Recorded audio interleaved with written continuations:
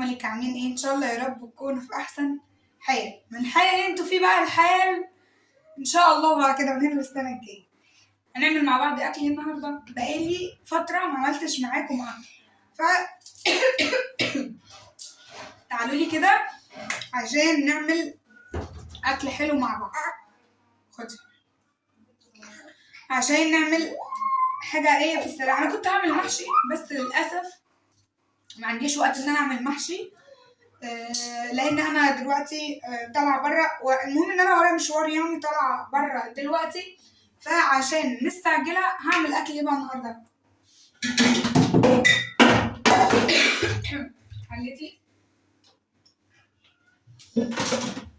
دي فراخ انا نقعاها تمام،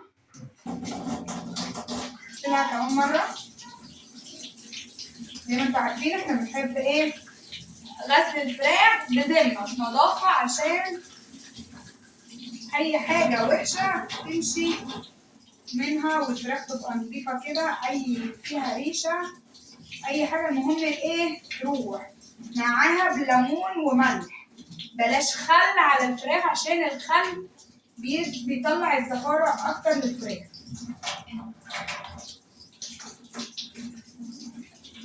غسلها مره واثنين وثلاثه واربعه، ودي المره المليون عادي.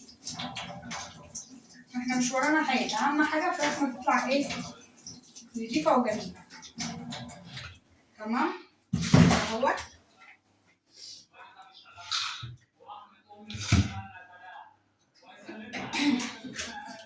بحب انضف الفراخ مره واثنين وثلاثه برضه. بصوا انا عندي وسواس، شفت ريشه طالعه كله تاني اهوت، والدنيا تمام يعني ما وراناش حاجه. اهم حاجه ناخد موضوع النظافه. سكنتنا الحلوه اللي اتفكت والله ما عايزه اطلع غيرها ومش هطلع غيرها.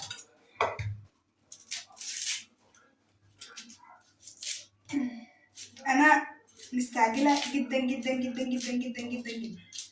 انا كنت عايزه اعمل محشي بس ما عنديش وقت والله، فقلت اعمل ايه بقى؟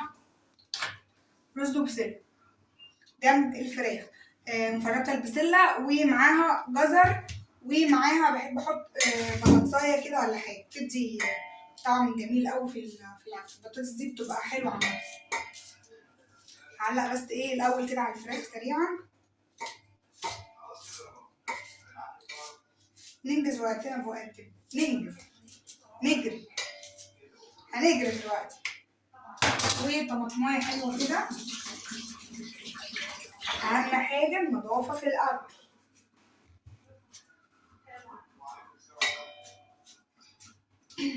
سيب الفراخ طبعا تتشوح زي ما انتوا عارفين. انا بحب ايه اشوح الفراخ تطلع لنا ايه طعم حلو كده. قرن فلفل، قرن فلفل عشان يدي نفس حلو كده وجميل. والله انا كنت الفلفل دوت اصلا انا كنت غسلاه مقطعاه اتنين عشان افرمه على البسله يعني، بس تمام ما يضرش. حتى اهي الطماطم غسلاها ومقطعاها عشان افرم على طول، زي ما قلت لكم ان انا اصلا مستعجله، عايزين هنجري هنطير دلوقتي.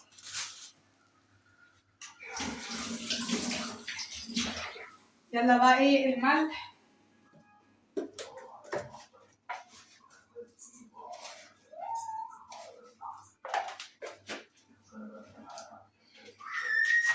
والكمون بتاعنا، وللاسف مفيش هنا بهارات تانية عشان خاطر البهارات في المحل، ونسيت ان انا اجيب هنا شويه بس عادي عادي. احنا ايه تمام ناخد ايه الوضع التمام. هنقلب بقى ايه كده على النار يا باشا، على طول على النار. عرفتوا بقى انا جايبه اللي هي ايه؟ بحب اعمل طبعا هنا البسله شكل حلوه كده،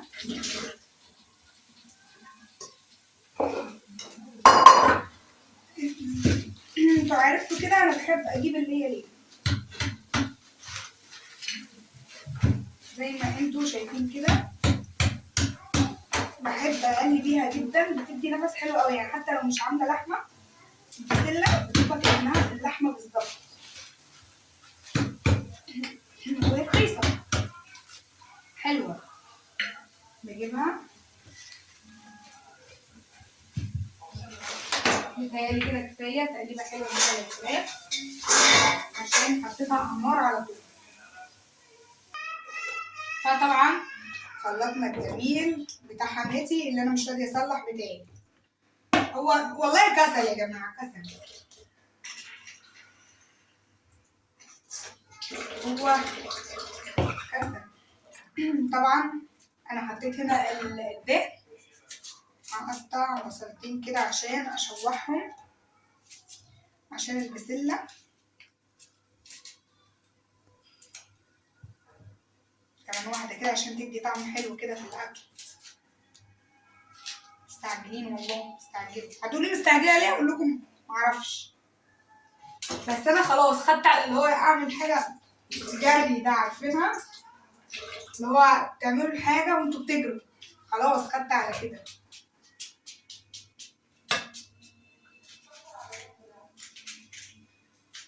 الحمد لله، ربنا يا رب يا رب يا رب يديمها عليها نعمه يا رب، ويحفظها من الزوال يا رب يا رب، بحق الايام المفترجه يا رب. كل اللي نفسه في حلم وكل اللي نفسه في حاجه يا رب يحققها له يا رب يا رب. كل اللي نفسه في اي حاجه يا رب يديها له يا رب، وانا معاكم يا رب. كل اللي نفسه في عمره، كل اللي في نفسه في اي حاجه ربنا يكتبها له يا رب. اللي نفسه في بيبي ربنا يديله، وانا معاكم برضه.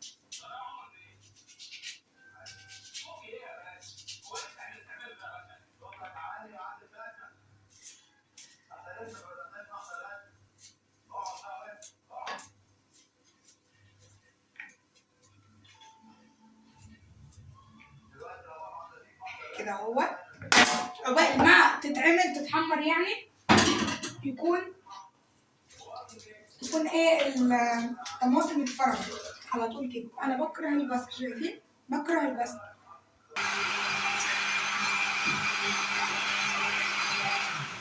فرمت الطماطم، البصل عمالة بتتشوح، محطوطة الدهنة كده بصوا الريحة بتاعتها بتطلع هنا.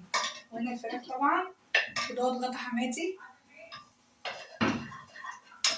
بصوا الدهنة بتسيح بتاخد طعم بقى، ولا كأنك حاطة في البسلة دي لحم بجد، بتبقى حلوة قوي.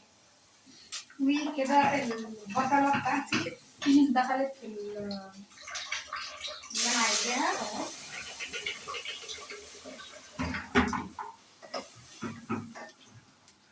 كمون،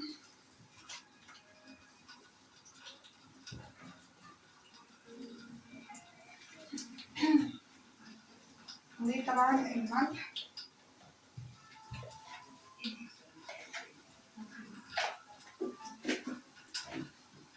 وكده تمام. كمون وملح، فلفل اسود والسبع بهارات والبابريكا والشطة هناك في المحل. فهل انا هوقف؟ لا مش هوقف اهوت. هعمل طبق سلطة بسرعة كده وانا الاكل عموما. طبعا انا عملت طبق سلطة تمام من غير خيار، طبق سلطة من غير خيار، من غير خيار. ما جبتش امبارح من السوق خيار، الخيار كان ب25 جنيه. ليه؟ ان شاء الله مع الام واتاكل، مش لازم خيار، مش مهم، مش عايزين خيار، ما بنحبوش، مضر بالصحة. الصلصة معايا هنا اتسبكت، انزل بقى الجزر والبسلة.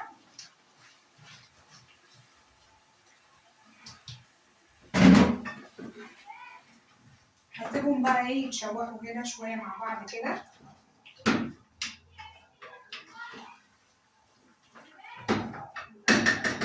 هسيبها شوية. ومعلومة، بلاش تحطوا المعلقة اللي انتوا بتعملوا بيها او الحاجة على الحوض او على حاجة، هاتوا طبق مثلا نضيف وحطوا عليه زي ما انا عاملة كده، او في اللي هو المسند دوت. انا عملت كده طبق السلطة. لسه اعمل رز، هنزل في ثانيه كده اجيب الرز من تحت بسرعه عند حماتي واطلع عشان اعمل. وطبعا انا رحت اجيب شعريه وجبت واحد ماجي، وابو مليكه جيت لقيته عامل لنا كل واحد كوبايه نسكافيه كده، تسلم ايده. هشربها لما اعمل طبعا الرز. هنا طبعا البسله تمام ما استوتش، حط عليها ميه الدجاج بتخليها حلوه كده.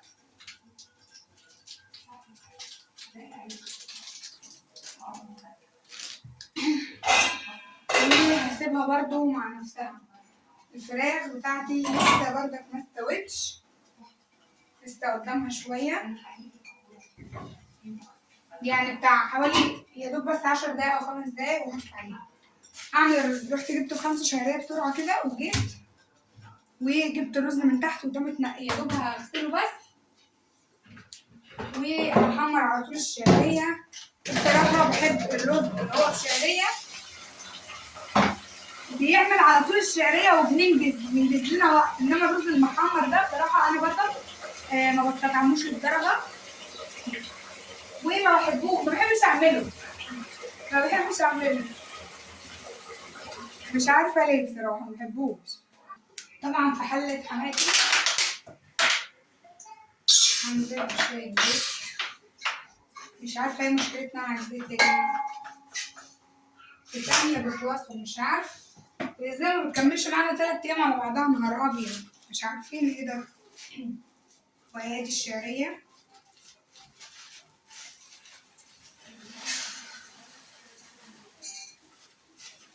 حطيت نص الشعريه، سبت شويه يبقى اعملوا ايه على كمان مره كده ايه ولا حاجه. ده الفراخ بتاعتي استوت. هعمل بقى الرز. الشعريه بتاعتي كده. هنا البسله لسه قدامها شويه طبعا، والفراخ كده تمام، يا دوب بس ايه هطلعها عشان ما تتهريش. بسم الله ما شاء الله، هو طلعتهم بسم الله ما شاء الله زي العسل كده اهوت.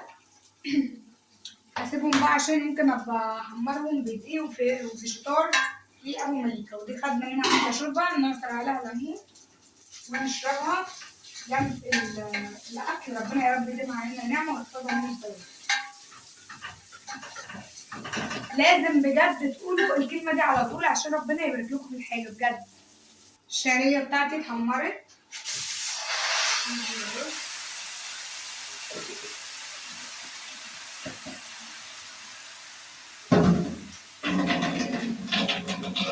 شويه ملح،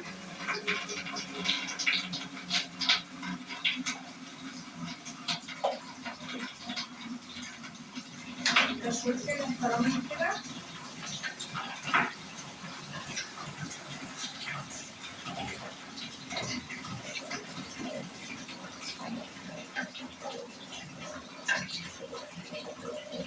طبعا البسله استوت والشوربه زي ما انتوا عارفين بسلتنا استوت، والرز استوى برضو، يعني انا مغطيه عليه خالص. نعمل ايه بقى؟ قفلنا على البسله. هحمر الكوكي.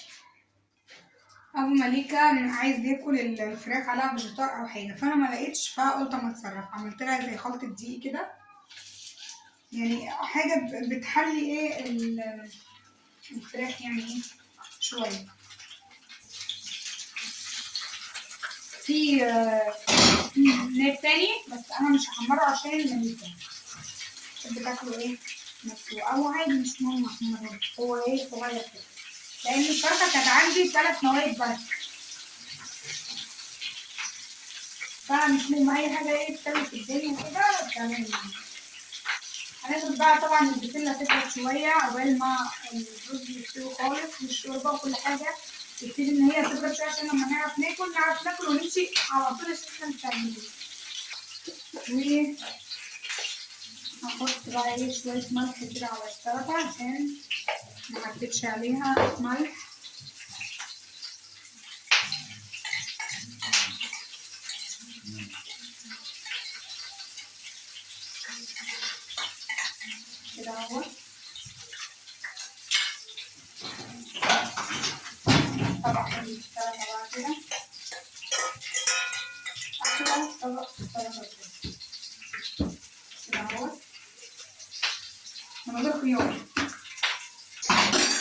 فتحة حلو هتستاهل، مفيش حاجة تقع. هنا حمرت الفراخ اهي تمام، بسم الله ما شاء الله. وادي طبق الشوربة بتاعنا، بصوا الشوربة تحفة عليها، تحس ان هي عليها زيت اصلا. وطبق بسلة بقى بالدهن عامل زي ما يكون باللحمة الضاني، اقسم بالله انا كده ما حرمتكش من حاجة اهو. وطبق السلطة بتاعنا، قلت بقى ايه ابردهم شوية كده لان بس ايه اما الرز يستوي شوية. هو الرز ده عامة ايه استوى خلاص، بس انا عشان الاكل ايه يبتدي ان هو يبقى شوية عشان ما ناكلش الاكل سخن. شوية رز بقى بالشعرية كده، مية مية مية مية وأحسن من فراخ الجمعية، بسم الله ما شاء الله. هو وكده الغدا بتاعنا النهاردة، بسم الله ما شاء الله، ربنا يا رب يديمها علينا نعمة ويحفظنا من الزواج. هنروح بقى نتغدى. طبعا احنا النهاردة متغدين بدري أوي بصراحة، الساعة 2 كده تمام. هنروح بقى ايه نتغدى ونشوف احنا هنعمل ايه. بس كده الملك هطلع، يلا يا باشا انا جاي وراك. ودوت كان غدانا النهارده يا حبايب قلبي. اللي ما يعرفنيش انا ام مليكه، عندي قناه على اليوتيوب بتقدم كل محتوى لست البيت. واللي ما عملش اشتراك في القناه يعمل اشتراك، واللي ما عملش اللايك يحط اللايك. باي.